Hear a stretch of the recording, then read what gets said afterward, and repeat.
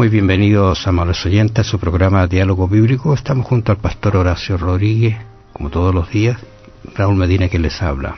Les saludo cariñosamente, deseando que el Señor le bendiga. Bueno, seguimos encontrando algunas deficiencias en las relaciones entre ese pueblo y Dios. Y aquí aparece algo que a veces no se entiende, pero con cuidado vamos a leer Jeremías 27:6.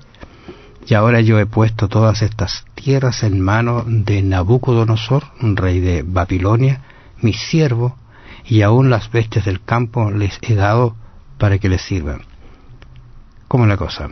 Israel es el siervo, Israel es la... Palabras suenan un poco... extrañas, no sé, extraña esta palabra, porque habla de Nabucodonosor, mi siervo. Nabucodonosor era idólatra, pero ¿sabes lo que me llama la atención de Nabucodonosor? Que me parece que era un hombre que era sincero en lo que él creía, y creo que eso fue lo que Dios vio también en él, un corazón sincero. Estaba sinceramente equivocado, es verdad, pero usar también a Nabucodonosor.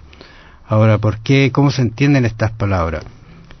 Lo que si uno tiene que ver todo el contexto, bueno, a medida que vamos avanzando vamos a ir más profundizando el mensaje de Jeremías, pero ya sabemos lo que Dios quiso, el mensaje que quiso que Jeremías llevara. Era un mensaje de advertencia, un mensaje que dijera, mira, tengan cuidado, Dios va a permitir males, porque yo los he protegido. La verdad, las cosas que siempre me recuerdo yo del caso de las víboras en el desierto, ¿tú recuerdas? Sí. Siempre habían estado las víboras en el desierto. Siempre habían tenido problemas, solo que el Señor levantó un poquito la barrera, y lo digo así con cuidado, un poquito la barrera de protección, y apareció el problema. Yo creo que no fue el Señor el que levantó la barrera de protección. Me parece que fueron ellos los que se salieron de la protección del Señor. Somos nosotros los que nos apartamos del Señor, no es el Señor el que se aparta de nosotros generalmente. Y eso fue lo que sucedió en el desierto. Ellos estaban bien con el Señor, tenían una buena relación, pero cuando ellos se apartaron, sufrieron las consecuencias. Si generalmente estamos acostumbrados a decir que Dios castiga, pero la verdad es que si nosotros vemos bien la Sagrada Escritura, es verdad que a veces el Señor tiene que hacer un alto, pero generalmente somos nosotros los que nos castigamos.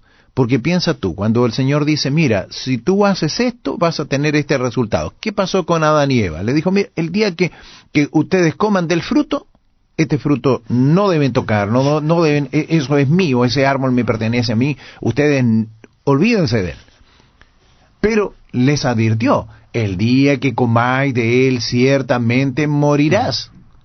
No podemos decir que Dios los mató por haber comido del fruto. No, fue consecuencia de lo que ellos hicieron. Ahí hay un concepto muy muy básico y hermoso también, es el libre albedrío. El hombre puede decidir, porque si no se transforma en un robot. Sería un robot, un autómata que no tuviera que fuera programado, claro, para servir a Dios. Pero aquí aparece la intervención divina en su forma de actuar, que a primera vista uno no la entiende, pero no vino Nabucodonosor sin un aviso. Jeremías empezó insistentemente a decir, ¿te acuerdas tú que leíamos la semana pasada acerca de Jeremías cuando le mostró el almendro, cuando le mostró la olla hirviendo, que del norte iban a venir? O sea, ya el mensaje está dado de una manera clara para que lo entendieran, y aquí lo único que está haciendo Jeremías es mostrar cómo este rey iba a venir, y que lamentablemente Dios estaba usando a este personaje Nabucodonosor para hacerlos entrar en vereda. Tenemos que decir que durante los primeros años del ministerio de Jeremías, el pequeño reino de Judá se había visto envuelto en las batallas militares entre Babilonia, Egipto y el poder decadente de Asiria. Ahí estaban las tres potencias, y Israel estaba en el medio, el reino de Judá estaba al medio de estas potencias que estaban peleando por su hegemonía. Entonces, con la declinación del imperio asirio a fines del siglo VII antes de Cristo, Egipto procuró reconquistar poder y dominio en la región, pero fue vencido en la batalla de Carquemis en el 605, y Babilonia quedó en el poder mundial, podríamos decir, en ese momento. Fíjate que Lo repite nuevamente el profeta en relación a esto, todo esto que está pasando, porque uno dice, ¿y qué significará esto, no? ¿Por qué Dios usa como siervo a Babilonia? Pero mira, Jeremías 28:8 dice, por tanto así dice Jehová de los ejércitos, por cuanto no habéis oído mis palabras. Y aquí está el problema, te fijas, no es un problema que Dios quiere que vengan a destruirlos, quiere que tengan invasiones, sino que no habéis oído mis palabras.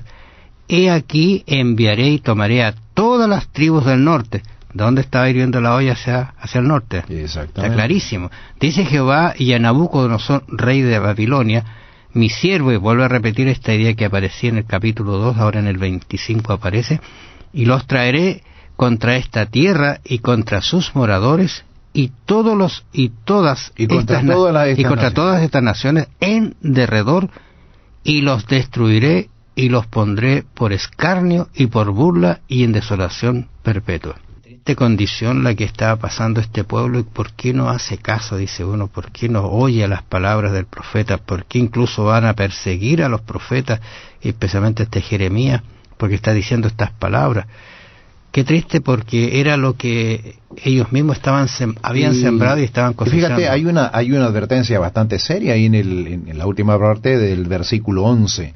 En el versículo 11 dice, toda esta tierra será puesta en ruina y en espanto. Y luego dice, y servirán estas naciones al rey de Babilonia 70 años. Bueno, aquí hay una profecía bastante decidora. Uno la relaciona con Daniel, porque Daniel de alguna manera él comenzó a ser estudioso de estas profecías, y cuando se cumplió los 70 años empezó a orar a Dios. Te revisa allí el capítulo 8, capítulo 9 de Daniel, va a encontrarse como él está orando 70 años, y estaban por cumplirse cuando Daniel estaba ya sirviendo, como decía aquí, iban a servir a estos reyes. Y haré que desaparezca de entre ellos la voz de gozo y la voz de alegría, la voz de desposado y la voz de desposada, ruido de molino y luz de lámpara.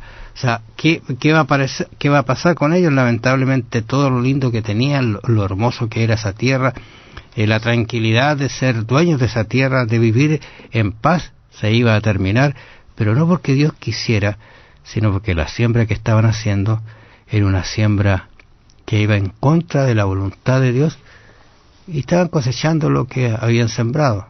Habían orado a dioses ajenos, a dioses paganos, habían hecho altares, tenían los terrenos altos, el templo estaba prácticamente desolado, la ley de Dios no era tomada en cuenta, etcétera, etcétera, una serie de cosas que uno cuando examine, y yo creo que más adelante vamos a estudiar puntualmente el reinado de Josías, un rey que hizo cambios profundos, y cuando uno ve esos cambios se da cuenta dónde estaba el pueblo, cuán aparte de la verdad había ido.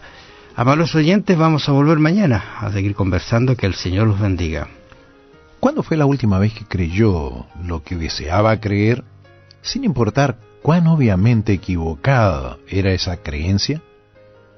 Ahora, ¿qué lecciones ha aprendido que le ayudarán a que no le vuelva a pasar lo mismo? Piénselo. Que el Señor le bendiga. Será hasta mañana.